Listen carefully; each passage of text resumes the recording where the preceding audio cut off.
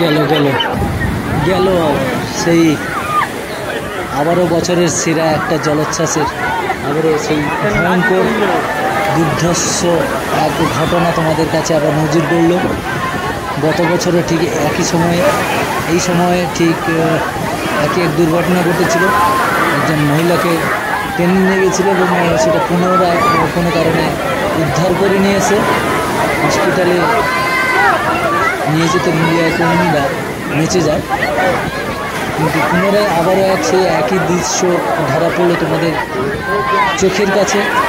সেই দৃশ্য তুলে ধরলো আর কে দীঘা ব্লগস সরাসরি তোমাদের কাছে তুলে ধরছে। গোপাল ঠাকুরকে স্নান করাতে নিয়ে এসে প্রকাণ্ড করে এটা ঢেউয়ের আঘাতে তলিয়ে যায়। তারপরে কিন্তু ক্রমশই ঢেউয়ের আঘাত খেতে খেতে দেখতে পাচ্ছেন পরপরই ক্রমশই ওনাদের বড় বড় আবার একটা ভিডিও দেখতে পাচ্ছেন ঢেউয়ের বিশাল বড় বড় ঢেউ আসছে, ঢেউ এসে আছড়ে দিচ্ছে এবং কোথায় যে চলে আসছে দেখতে পাচ্ছেন একে একে টেনে নিচ্ছে। এরপর চলে এসছেন এবং উদ্ধারের কাজের জন্য নেমে পড়েছে। তো কিন্তু ওনাদেরকেও সেই ঢেউয়ের আঘাতে একে একে সবাইকে সব তোল পাড় করে রেখে দিচ্ছে। তবু উদ্ধারের কাজের জন্য এখানকার যে প্রশাসনিক দপ্তর খুবই সতর্ক এবং তৎপর, তাই ওনারা নিজেদের জীবনের কথা না ভেবে সর্বদাই কিন্তু পর্যটকের কথা ভেবেই ওনারা নেমে যায়। পর্যটকের এই ধরনের বিপদ পেলে ওনারা সর্বদাই কিন্তু আগ্রহী হয়ে থাকেন এবং এগিয়ে যায়। তারই চিত্রটা তোমাদের কাছে আজ তুলে ধরছি আর কে দীঘা ব্লগসের এক্সক্লুসিভ আপডেটের দ্বারা। আমরা এইভাবে সাথে থাকবে, পাশে থাকবে, আর অবশ্যই এই ধরনের আপডেট দীঘা থেকে সম্পূর্ণ তোমাদের কাছে বাড়িতে বসে যারা রয়েছে প্রত্যেকের কাছে পৌঁছে দেবো। তার জন্য আর কে দীঘা ব্লগসকে অবশ্যই প্রত্যেকে সাপোর্ট করে সাবস্ক্রাইব করে আর পাশে থাকা বেল আইকনকে অবশ্যই দাবিয়ে রাখবে, যাতে দীঘা থেকে নতুন নতুন আরও যত ধরনের আপডেট আসবে তোমাদেরকে সরাসরি পৌঁছে দেবে।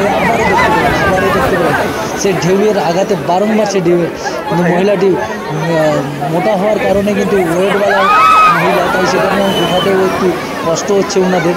যারা নেমে গেছেন একের পর এক ঢেউয়ের আঘাতে কিন্তু তৎপরভাবে ওনারা কিন্তু চেষ্টা করছেন যে কোনোভাবে যাতে এরপরে কিন্তু ধরে নিয়েছে দেখতে পাচ্ছেন। ধরার ফলেও তবুও একে একে ছিটকে পড়ছে ঢেউয়ের আঘাতে পরপর কিন্তু চলে যাচ্ছেন পর্যটকরাও এগিয়ে আসছেন ক্রমশই। এবং সত্যিকারের ধন্যবাদ দেওয়া যায় এখানকার মিডিয়া কর্মীরা যারা রয়েছে সর্বদা কিন্তু 24 ঘন্টা দীঘায় থেকে সমুদ্রের কাছে থেকে যাতে পর্যটকদের জন্য সর্বদাই এই নিষেধাজ্ঞা বার্তা সবসময় থাকে। তবুও পর্যটক যারা সমুদ্রে স্নান করতে আসছেন সর্বদাই কিন্তু ওনারা নিজেদের দায়িত্ব কথা না ভেবে প্রশাসনের কথা না ভেবে ওনারা নেমে যান এবং সমুদ্রে এই ধরনের দুর্ঘটনার সাক্ষী হতে প্রত্যেক বছরে এই ধরনের কিছুদিন আগে এরকম একটা দুর্ঘটনা ঘটেছিল। একটা বাচ্চা মেয়ে স্নান করতে নেমে সেও তলিয়ে যায়। তো সেই ধরনের দৃশ্য যদি আর না ঘটে সেজন্য প্রশাসন থেকে সর্বদাই এটা তৎপরভাবে বলে থাকেন এবং সতর্কবার্তা দিয়ে থাকেন। তা সত্ত্বেও পর্যটক কোনোরূপভাবে সেই সতর্কতা মানেন না।